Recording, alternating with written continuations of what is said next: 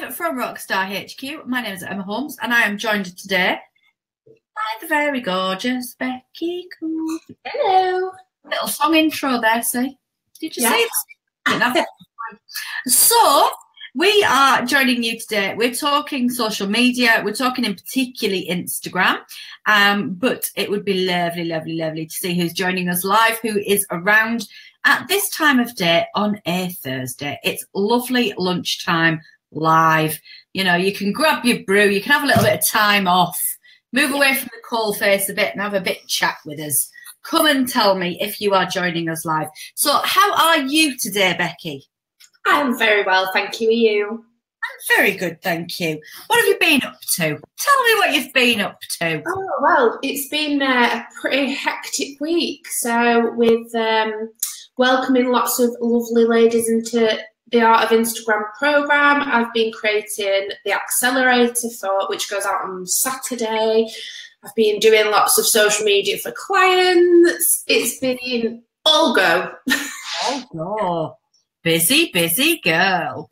So, Judy, hello there, my darling. She's joining us, literally just opened her journal, she said. Lisa's here. Hello, come in and say hi. Let us know who's around, because it's lovely to see who's joining us. And we're talking about Instagram. Now, at the weekend, I said, and I asked, I put the question out there to the world, are you using social media differently right now? Because I've seen a massive change in the way people have been consuming social media as consumers over the last couple of weeks, particularly. You know, I think it's become even more poignant for me over the last few weeks. What are your insights on that? What are you seeing happening? What's kind of coming on your radar when it comes to the changes that are happening right now on a social perspective? Yeah, I'm seeing much the same thing, both from a kind of a user's point of view, as you kind of member of the public not involved with the business or anything like that, and from a business owner's point of view who are perhaps using social media to market the business. Habits are definitely changing, preferences are changing. A lot of that has come down to everything that's been going on with Facebook, not just everything you've heard in the news and worries about privacy and things, but just the general feel of how enjoyable it is to spend time there, how much value you're getting out of flicking through that news feed. Facebook for a long time now has been the kind of central home online for a lot of people, even if they've got other platforms that they use, Facebook's being the big one. And that's definitely changing. So some people are telling me that they're bored of it. I'm hearing that a lot. Yeah, business owners are fed up of the constant battle on their Facebook pages, so there's that side of the coin as well. I'm noticing a lot less kind of diversity in the news feed, but obviously mine never quite reflects what everyone else is seeing because of my job and because I see a lot of stuff from pages. But I'm seeing the same few people that are obviously sticking with it, whether that be friends or whether that be pages, they're coming up again and again, and there's much less variety in there. And I think that's what's switching a lot of people off. So unless Facebook changes things up and really sorts out the news feed, I think people are going to be turning their attention elsewhere. And you know, what I am seeing is I'm seeing that, you know, in my personal news feed, I'm seeing it's quite dull. I'm seeing that it either swings from really old stuff, like 4 and 5 and 6 and 7 days old stuff hitting my timeline, to stuff that feels samey. And it feels like Facebook have messed up a little bit here, because what it feels like is that exactly the opposite of what they intended to do has happened. Yeah. So they intended not to have this kind of icky viral content, but that seems to still be working. Yep.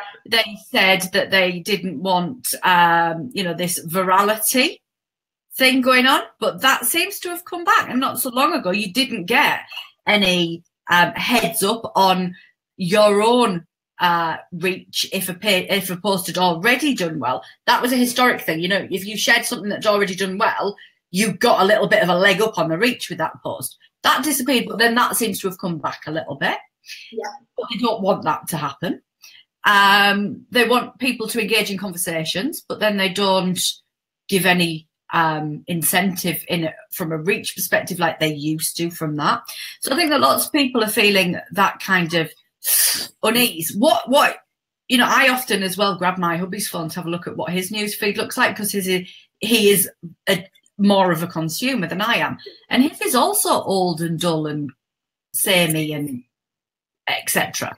So are you falling out of love a little bit with Facebook? A little bit.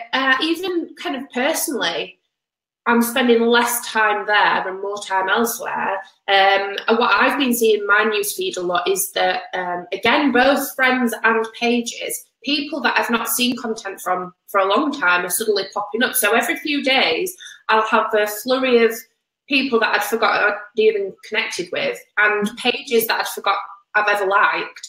Their posts are popping up. And so I've been having a bit of a clean out every time that happens. Like, well, do I still want to follow that page? So I've been unliking loads of stuff. I've been unfollowing stuff. And then every few days it'll happen again. And it's kind of like Facebook testing out, well, what do people want to see? And at the minute, I don't think they're getting it quite right. So I'm finding that I'm still spending time on Facebook. I'm not enjoying it as much. I'm spending time then elsewhere, and I think a lot of people are the same. And I think from a business point of view, even if you're getting the reach on your posts, you want your crowd to be getting variety in their feed, because if they're just, say you're one of the pages that they're just seeing your content all the time, would be very quick for them to fall out of love with your stuff and get bored of it. So you want that variety there, and for them to be engaged in the platform and want to keep coming back for more, to make those eyes on your posts really meaningful. Yeah. I also had a bit of a conversation, I don't know if she's on live, but with Vicky Nicholson about it this morning when we were chatting about something completely unrelated. And she was saying that she's consuming more kind of blog and lengthy content going off platform, and not necessarily interacting and engaging, which I think is also very interesting in that, you know, they're wanting this to be an engagement-based platform, but a lot of people aren't even thinking about it anymore. They're consuming and running. Yeah, and I think it's because they're losing people's interest. And because things have changed, people have had that opportunity to think, how do I want to use social media? And habits have started to change, and people are using it in slightly different ways. And yeah, we're going to see more of that, I think. And do you think that some of this comes down to us all going, there's been so much research recently about, you know, your well-being and whether social media is contributing to your well-being or taking away from your well-being? Because I'm seeing people actually going, do you know what, to some degree, I'm going to reclaim a little bit of this time. Do you think that's something that's relevant? I think in some cases, I think some people are not even aware of that. I think other people see those kind of reports. I had a message yesterday from my husband saying, I've just listened to a brilliant podcast that was saying about the dangers of social media and this, that, and the other. And I'd be one of those people, because I love social media, that goes, all right, but I'm still going to hang out there. So you've got people like me, which is not just because of my job. But then, yeah, you've definitely got people that are thinking, well, if I'm going to spend this time on these platforms, I want it to be good for me. I want it to make me feel good. And then I think you've also got people who don't even realise that that's what they want, but they have just got this sense of, I'm coming away from that flick through the feed, not feeling great. I need to change something. Yeah. You know, I think that there's a different energy around social media. Certainly. You broke up there, Emma. Okay. A bit underwater. That is me doing underwater. Isn't me just being silly. Right, let's have a look. I can hear myself. Let's turn me down. I'm very noisy. You, how noisy I am. Never. Easy. So let's have a look. Anna says, still learning Instagram and getting my head around it. So this is today I got an email to say I had my shop, which cracking. There's We talk about Instagram separately, kind of doing that overbrush. Michelle says that I agree. I'm seeing a lot of old stuff, plus a lot of posts coming up again and again, which aren't sponsored. Yeah, I'm seeing lots of that as well. Yeah, me too. That's not bad. That's not good, is it? Let's have a look. Post from 6 days ago. Sarah says, I don't consume on Facebook much. I tend to enjoy the groups and a couple of specific pages, and that's it. I avoid my feed as it's boring. I think that lots of people are increasingly looking for information now rather than waiting for it to be served up in the news feed. Would you think that's the case as well? Yeah, I think so. I think people who are quite tuned into Facebook and know what they want to get out of it are being much more proactive about them finding that. So whether it's that they have certain groups and that's their purpose of going onto Facebook is to connect with the people in those groups, or whether there's also some certain pages that they know really add value to them and they don't want to miss anything, they're being much more proactive about going and finding that content.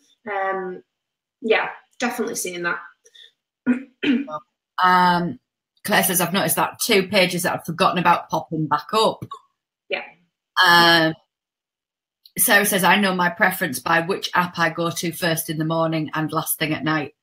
And that's moved from Facebook to Instagram. Claire says, I want to see things from those pages and groups that I've liked. That's why I've liked them in the first place. Yeah, and I know. Naomi says, all of my personal posts disappeared this morning for March and April, and they vanished for about 4 hours, and now they're back. I know there's been a lot of glitchiness the past couple of weeks as well. So I think, you know, with all the stuff Facebook's tinkering with, there's been lots of weird happenings and people finding that a feature just doesn't work for a few hours. Or yesterday it was notifications on lives just weren't happening. Weren't happening at all. I bookmark Facebook pages and groups so that I can't rely on the notifications, as they don't always notify me. Yeah. So where are you seeing people heading from Facebook? Lots of people are moving over to Instagram. And I think that it's one that's been on people's radar for quite a while, but they've resisted it because it's change, it's something new to learn, and they're not sure whether it's right for them, both, again, as a consumer and as a business. But now with everything on Facebook, there's that little bit more either urgency or just that bit of a push to, right, let's look at what Instagram has got to offer. So I am finding that people are telling me they're spending more time there from a consumer point of view. And yeah, from a business point of view, they're starting to consider whether that's kind of a way to diversify and another means of reaching their crowd. Can I play devil's advocate here? Yeah. Instagram is owned by Facebook. Yeah. Why should we even consider that this isn't going to end up going the same way as Facebook has? Yeah, so we've not got a crystal ball, so we can't say for sure which way it's going to go. We can kind of only treat it based on what we know. I would say that, so Instagram has a separate team that owned by Facebook. Obviously, there's lots of communication and sharing of knowledge and features and technology and stuff between the two, but they do have a separate team, a much smaller team than what Facebook do. My kind of, and it's more of a hope than I can't make a prediction, but what I hope that we'll see is that Instagram keeps things simple. So I know that they're adding new features and there's lots of new stuff that you can do on there. But I think part of the value in Instagram is that it is much more simplified than Facebook. And hopefully Facebook are going to learn the lessons of what has been going wrong with Facebook. And I think part of that is that they've tried to be all things to all people. Every time a new piece of technology has popped up or a new app started to become successful, they've tried to integrate that into the one platform and do everything in one. And so it's become this huge, complicated beast of a platform.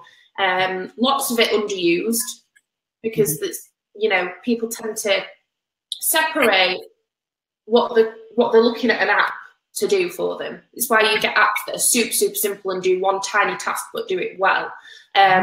So Instagram is much more simplified, and I hope that they will keep it that way whilst obviously making improvements, and that they will learn from the lessons that Facebook have learned. Do you think Instagram will take Facebook? I think it will take part of it, but not entirely, because I think there will still be people that will stick with Facebook and that Instagram doesn't appeal to. So I don't think it's going to be just a case of Instagram steps into the shoes of Facebook. And what I also think we're going to see is more of a range of social media platforms, and perhaps some smaller, more niche ones becoming a little bit more popular, and people looking outside of the big ones as well. So we might see a bit of that going on too, rather than just a mass exodus from one to another. Any particular platform you're talking about there? Not in particular. There's kind of a few on my radar, but it's a funny thing with social media, because obviously it is often dependent on where your friends are hanging out as well, and the kind of communities that you're a part of, as to where then people decide to invest the time. So it's going to be interesting to see what comes up from those kind of connections. What's been really interesting this week that's come on my radar, Vero. Now when you log into the Vero app, they have a screen for you to go through before you get into your newsfeed that's saying, we want to enhance your life, not detract from it. Do you want to start to manage how much time you're spending online with us? Which is a very interesting development that they've brought into their app, certainly just over the course of this last week. So Vero are really looking at user experience, I think, and how people want to spend their time, which I think is very interesting. And it brings an interesting kind of slant to one of the smaller platforms as we see it, that can potentially get a little bit more space in the market that goes forwards. Vero is so glitchy, said Sarah. But we've got to give all of these their due, because, you know, Facebook's been around for years and years and years. And then, you know, those glitches have come and gone. And I think that when you have got a new platform, that's going to take some time to get it actually right. Yeah. Donna says, I think Instagram reflects what you want as a shopper or a member. You want speed. Something that catches your eye is fun, not pages of scrolling to find what you want or massive posts. Well, I think that it depends on what you're going to consume, doesn't it? Because I think, you know, lots of people I've spoken to are consuming the bigger posts and not necessarily interacting and engaging. And, you know, when they're actually on Facebook, and, you know, people are still saying that they're reading a lot of blog content, they're reading a lot of books. So I think it depends, doesn't it? And it depends what is the frame of mind as you sit down. If I sit down to shop, I'm in a different frame of mind than if I sit down to learn. Yeah. So let's move over to Instagram and talk about Instagram. Who is Instagram for? So it's not just for the popular kids. I know that's a misconception that a lot of people have, so I'll get that out of the way to start with, that lots of people think it's just for the likes of fashion bloggers, beauty influencers, travel people, people with gorgeous, gorgeous products, celebrities, and that's what Instagram's all about. In the past kind of year or two, it's changed massively, and you've got lots of different communities on there. You've got people from all different sorts of businesses as well as different walks of life. So it's much more diverse than what you might think it is. So from a business point of view, lots of businesses can use it and reach their crowd on there. I'm not saying it will be right for every single business, but there is a huge range of people, all different ages, all different walks of life, hanging out there. So yeah, there's no real limits. It's what you do with it, really. Who do you reckon it's not for? Because you said there, you know, it's not for every business. Who would you say that it's not necessarily for? If you've got, say... I'm asking hard questions today, Anna. I'm like, packing today. An example in my mind. I've got this picture in my mind. I'll just say the first thing that's come to mind of a super boring solicitor. No offence, solicitors, none taken. And this is not to say that solicitors cannot use it. I'm saying a boring one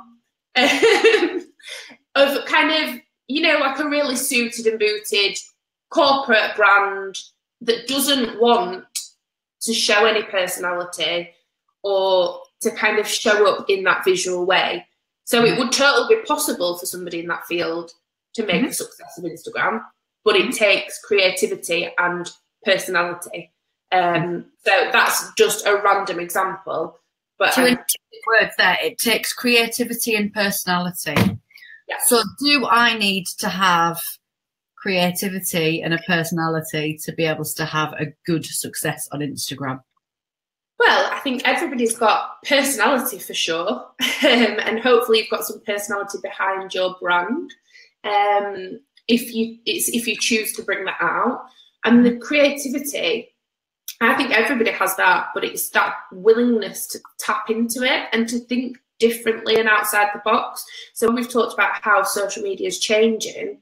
If you want to move forward with social media and get results from it on any platform, you're going to have to think creatively and think of ways that you can stand out, that you can do something a bit different. If you keep on doing the same old, it's not going to work. No. So Instagram, it's just the same, but it also taps into that visual creativity as well.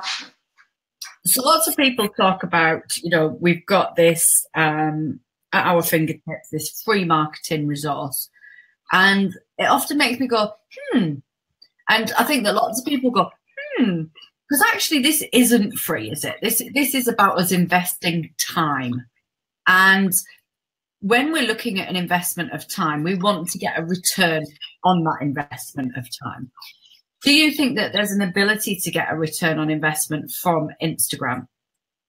Yeah, absolutely. And I think that's another one of the kind of misconceptions that people have, is that you can't sell on Instagram. Or that if you're a service-based business and you've not got a product to show off, then in particular you can't sell, and so you can't make a return on investment back.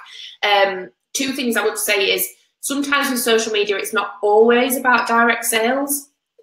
It's often about building up that know, like, and trust factor, developing relationships with people, increasing awareness of your brand. There are different benefits to social media, particularly when you slot it into the rest of your marketing strategy and join those dots up. But equally, there's potential there to sell on Instagram as well, and to get that coming through, depending on the type of business, because everybody's got kind of a different route that they'll go to buy a particular product or service. So it does depend, but it's absolutely possible to get that return on investment. Claire said, do you think that Instagram has a bit of a fun factor over Facebook? Yeah, I think it does, but I hope that it keeps that. It could soon become then the norm and samey, couldn't it? Yeah. I think especially stories, they've got that kind of fun element. They're very engaging. Not everybody likes them. But yeah, I think more so than the normal feed. And we're in this kind of stage where people are playing around with it. Yeah, you talk about stories there, and as I look at Instagram, I see it as two platforms in one. Is that how you're viewing Instagram? Yeah, definitely. I've talked about this quite a lot recently, that although they're obviously linked, they're part of the same platform, they are really two separate things. It's almost like the difference between your Facebook page and your Instagram profile. It's a similar division, but also you want them to be working together. People have told both of us that they either consume one or the other. I know some people consume both, but people do tend to be leaning one way or the other with stories or the main feed. So I think it's important when you're thinking about your strategy then to treat them as such, as opposed to, for example, just posting the same thing onto both. And what's also really interesting is if you go onto Instagram, if you hit your app, if you look at the last person that followed you and you click on them, then actually, you know, if you click on their picture, you're going to be taken straight to their story. Yeah. So stories are absolutely, you know, go straight through to stories. Stories are much more relevant now because it could be that first touch as well. Yeah. Yeah. So their very first impression of you could be a story. How do you make sure? Because obviously we often document throughout the day on the stories element. How do you make sure that it makes sense for if people are coming across you for the very first time on that story? How do you kind of make sure that each element makes sense? Yes, that's an interesting question. I think it's about having a good mix of content that you're sharing on there. So if it's all just that kind of diary format, here's what I'm doing at this moment in time, that might not fully get across your message or make enough of an impact at first on someone looking at it for the first time for them to know what you're about and to decide to follow you and see more. So having a mix of content in there and a few different things and touching on different parts of your message, I think would help to get that across. Let's say someone discovers it for the first time, they're going to know what you're about and also what to expect from following you. I think it is super. I've probably not really thought about that before. Yeah. Not really thought about having a lot of elements of your main message within your stories as well as those snippet kind of based content, so that if people are, you know, I know that some people are solely looking at my stories rather than my feed, you know, looking at actually, am I putting the main elements of my message into those stories throughout at least once in each day, I would say. Yeah, and I think that's really interesting. So when you're looking at Instagram, I'd love to know, of those of you listening now, who is already on Instagram, who is feeling like they're starting to get to grips with it, who thinks that they've got no idea what they're doing on there. I'd love to know where you are right now insofar as Instagram is concerned, while we talk about what you've been doing with your Instagram, Becky, and, you know, how long have you been giving it a little bit more of your time, effort, energy in your marketing mix? Yeah, so I've kind of worked on it in phases, I suppose, but the kind of the most recent stage of evolution, as it were, was probably, I don't know, maybe the last 4 to 6 months. I've been kind of dividing my time much more equally between Instagram and Facebook. Facebook having been my primary platform for a long time, and doing a bit of a revamp of my Instagram. Just, yeah, investing more time, effort, energy there, and creating more of a kind of separation between the two almost. So for a while, my strategy when I kind of first started there was mainly to repurpose my Facebook content and schedule that to go out at different times. It wasn't the same thing at the same time, but that's where the content came from. Whereas now I'm creating content specifically for Instagram, and even when I'm repurposing it, I'm going much further in what I do. So new visuals, changing the captions, yeah, just really tailoring that message to Instagram. So initially it's purpose. Yeah, that's how I started. So I don't know how long I've had my account for, but that's how I started with it. And what have you seen over the focus a little bit more on it? Sorry, Emma, you went all underwater again. What have you seen as you put more into it?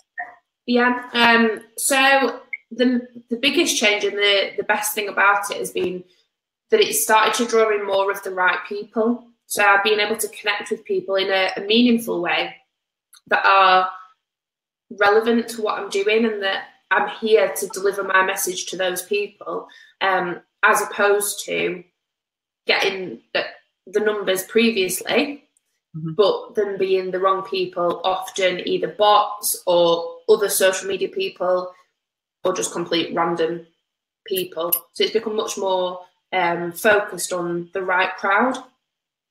So can we talk a little bit about that? When you talk about bots, what does that mean?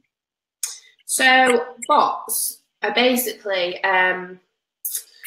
automated kind of software that people can use to force engagement or grow their audience in a strategic way almost.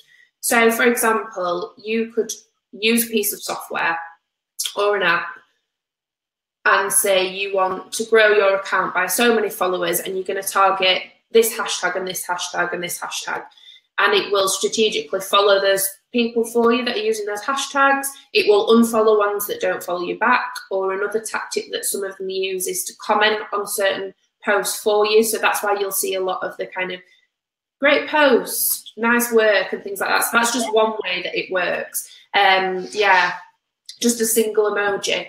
So there's lots of fake accounts on Instagram that are then used to carry out that activity, whether that be to grow that account or to get the engagement up, but it's all fake, basically, and forced. So how do we make sure that we grow an account that isn't fake and forced? Yeah. So it's getting your message right to start with. Like we said earlier, getting creative about how you communicate that message so it stands out to the right people and grabs their attention. It's about nurturing relationships. So rather than just reverting to broadcasting a message in your caption, because it's a caption, so it's meant to be descriptive, right? But instead of that, you can kind of turn that on its head and use it more to create conversations, invite questions from people, get them involved in the comments, so you've got that chance to have more of a two-way conversation. And stories are super powerful for that as well. So it's, yeah, drawing in the right people and then focusing on engaging them in a really meaningful way, as opposed to just aiming for big numbers. Yeah. Lisa says, I'm still getting stuck with it. Looking at hashtags that work well for me, I don't have loads of followers and quite a few of them are suppliers. I need to try and get more parent followers and build a crowd. I'm spending more time on Instagram and trying to learn more. Fabulous. So when it comes to thinking about a strategy for Instagram, what sort of things do I need to have in my head as I think about that? So I would say make sure that you're going on there with a purpose. So you know what you want to get out of it, what you're trying to achieve from being there. Think about your message and how that can be communicated on Instagram, which is not necessarily going to be in the same way as it is on other platforms, such as if you're coming across from the Facebook page. It might be that in some cases you need to kind of strip it back, get really crystal clear on what you need to get across. Think about what's going to make most sense in that visual format or in a video format. And then think about who it is that you're trying to connect with and get a feel for how they're using Instagram. So put yourself in their shoes, try to figure out what accounts are they following, or are they part of any communities around a specific hashtag? What stories are they watching every single day? And find out how they're using it as well. I think that that's such an underused perspective to take. I think that so often we're not thinking about how our crowd are consuming things. And I think people get very linear in their approach. I think that would be right.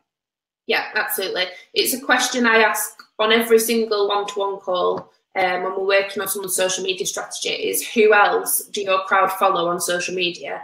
And 9 times out of 10, people don't know at that point. They need to go away and find out. It's just something that people are not thinking about, but actually it's about meeting them on their terms and getting involved with what they're getting involved with, not trying to change their behaviour or get them to come to you. You need to go to them and understand what engages them. Why are they spending time on social media? What is keeping them coming back for more?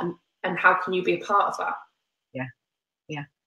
And as we look at getting involved in Instagram, I know a big gripe for a lot of people is the lack of ability to use it to direct traffic to other places. You know, you can't just stick a URL in there. Yeah. Is this something that they're looking to develop, or is this their way of keeping you on platform? Yeah, I'm not aware of kind of anything in the pipeline that would change that dramatically. I think what I see a lot of is people trying to kind of force that into their post. So every post trying to send traffic somewhere, when that's not really what Instagram is great for. Yes, you can make the most of the link in your bio and you can send people off to your website and things like that, but you don't always need to be doing that.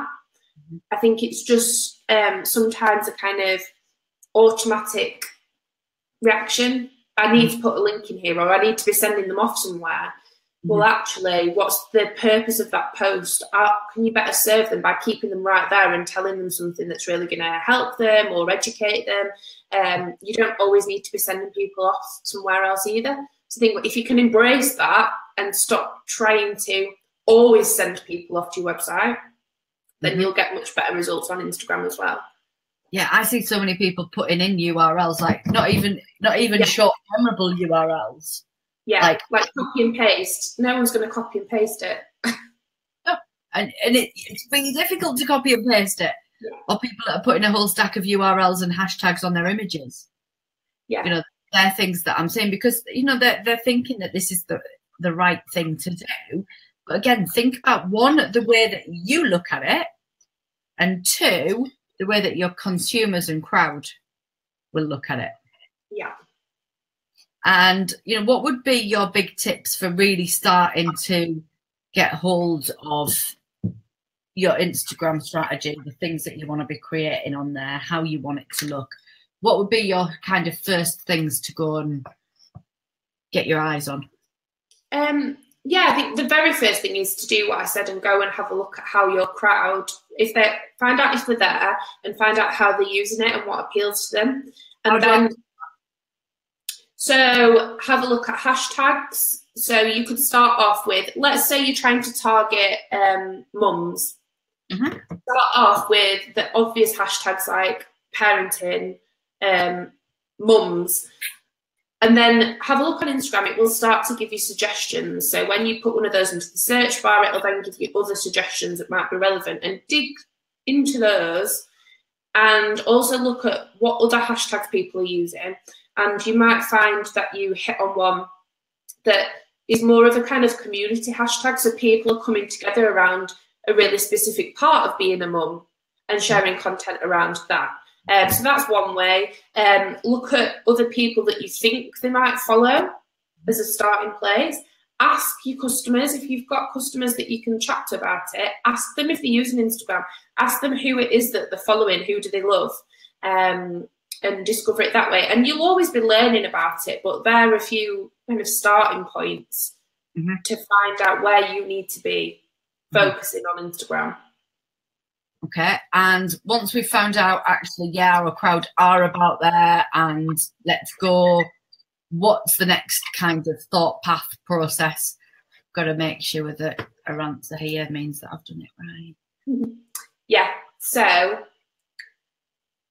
you need to look at your brand and your kind of visual identity and think about how you're going to get that across on Instagram.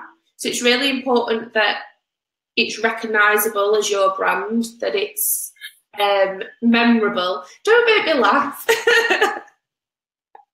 That it's memorable, that people know what it is that you do.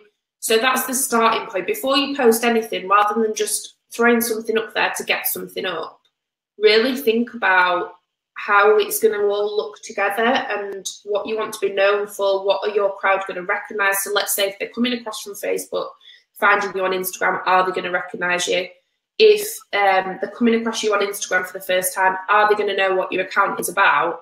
Because if they don't, then they're not going to have a reason to follow you. So, for example, if it's just lots of inspirational memes, because that seems like the most obvious thing to pull across from Facebook and share on Instagram, but can they see just from looking at those photos what your business is about and why they should follow your account? Or is it just a collection of nice quotes? Mm-hmm. So, yeah, make it your own, I think, is the gist of that.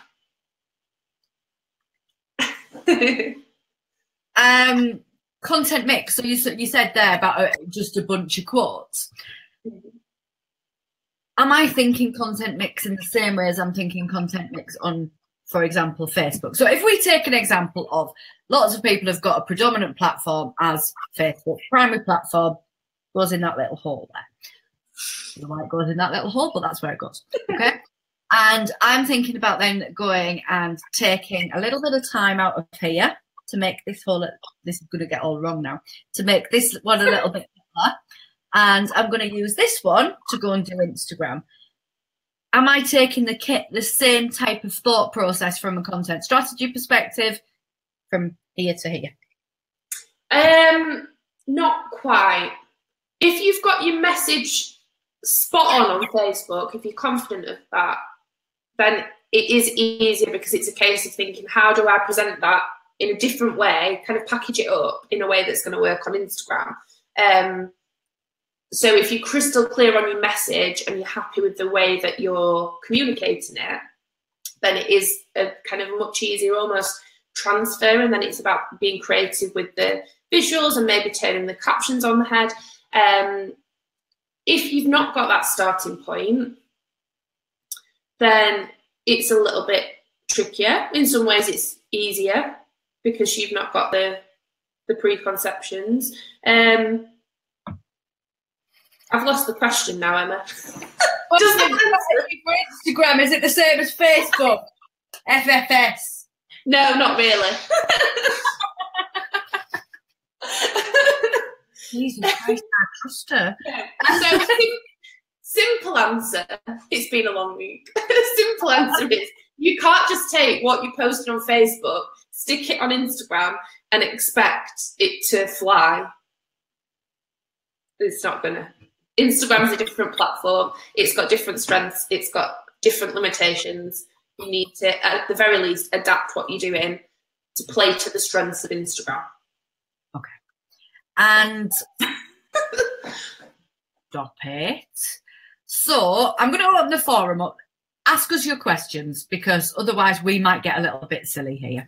Ask us your questions while we talk a little bit about functionality. So we talked about the fact that you can't just stick links in willy-nilly. What can you do?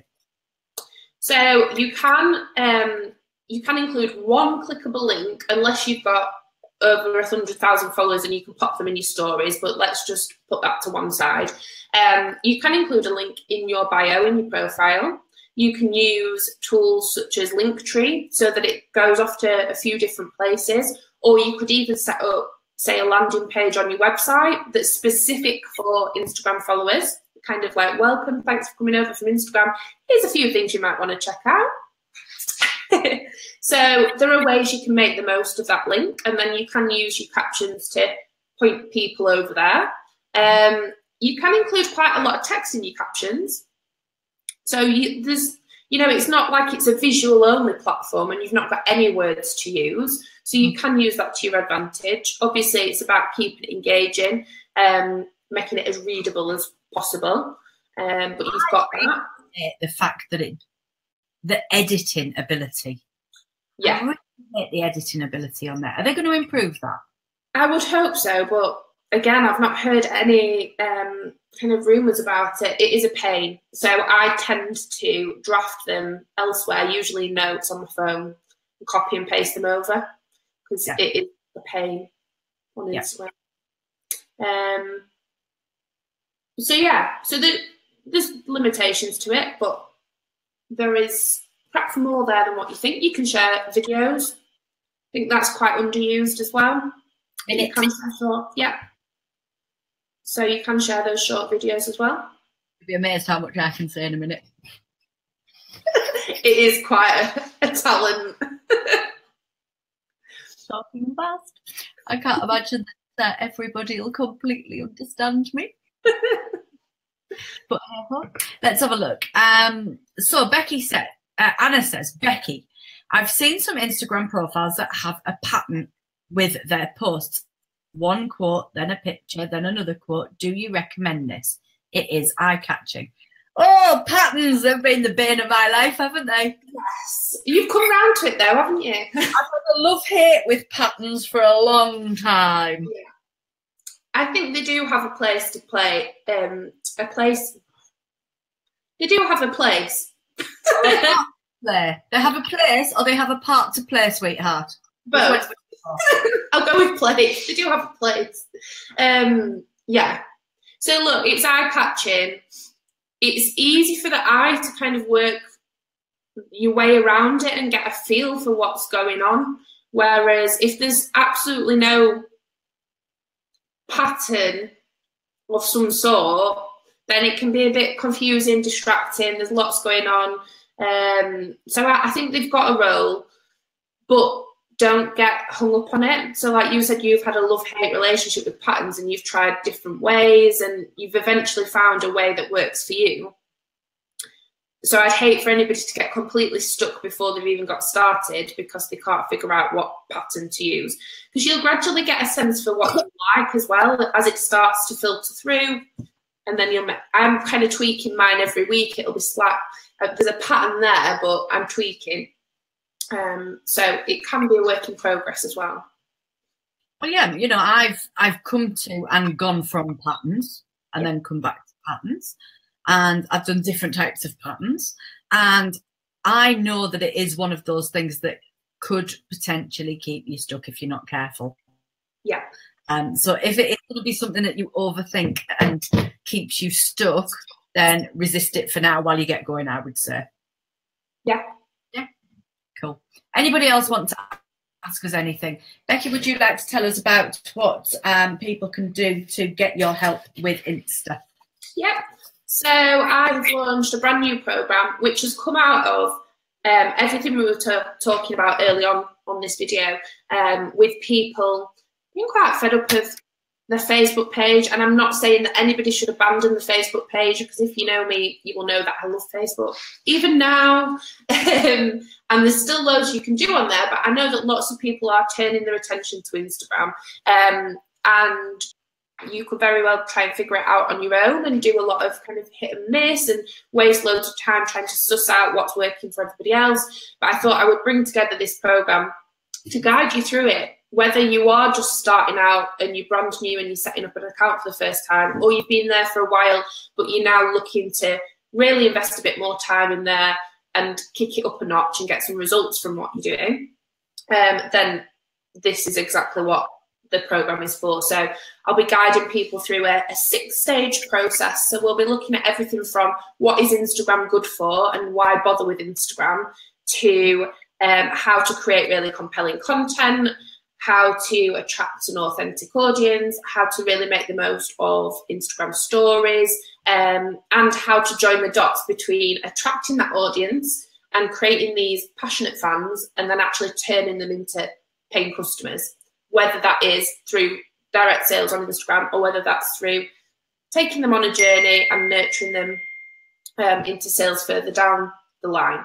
So that's what it's all about, basically, in a nutshell. So it's an online program. There's a Facebook group which is already buzzing, which is so exciting. So you can get support in there from me all the time, ask questions. I'm going to be doing live trainings, question and answer sessions, all sorts of stuff. And yeah, doors are open until tomorrow. Until tomorrow, people. Yeah. Right? She's managed to pop the link in without even looking like she stopped, right? Yeah, it's amazing. High five, lady. It's a bloody bargain. It's an absolute bloody bargain. It is 49 quid? £48.50. So this is the first time I've run this course. It is brand new. So this very first intake, I'm offering it at half price. Next time round, probably be in a few months' time, it'll be £97, which is still awesome value for money because it's got so much content in there. But yeah, it is half price at the minute, but only until tomorrow. So why would you not? To be honest, why would you not? It is available now till tomorrow. What time tomorrow are you closing the doors? Midnight. Actually, just go and get it now. Just go and get it. Do it. Put a little bit more in there without even looking like she's done anything. Oh, that's my lovely wing woman. Being a leg end. Yeah. Thanks, just now, we'll catch the replay. Looks like a goodie, said Liz. So does anybody else have any questions that they want to put to us on Instagram, on the ways that we're using Instagram, on the things that are coming up for us? Anything at all that you want to talk about before we let you go and have your lunch, if you haven't already had it, because the last thing I want to do is make anyone hungry. No, can't be having that. Don't do hungry. And my little ducky's got her little legs crossed waiting for a walk. So that's my next job. Finished editing my book, everyone. That's been finished today. And Vicky has just asked for the link, so it is now getting designed. Anything at all that anybody wants to ask us? Or are we all still good, still cracking on? What are you doing for the rest of the day, Bex? I'm going to finish off this month's social media accelerator. So I've just got a few more bits and bobs pop into there for people ready to go out at the weekend. And I've got some lovely client work to finish off as well. So nice bit of a mix this afternoon. Cool. Right, well, I'll presume everybody's fine and dandy. I'm going to let you all get on with your day. Thank you so much for joining us. Tomorrow, I am joined by the lovely Sarah Cornforth, and we're talking spiritual businesses tomorrow. That's our next. That's our next scheduled live. I may well be in the meantime. Never know. Just don't know what might happen. Have an absolutely great rest of your Thursday, and I will speak to you all soon. Thank you. Bye. Bye.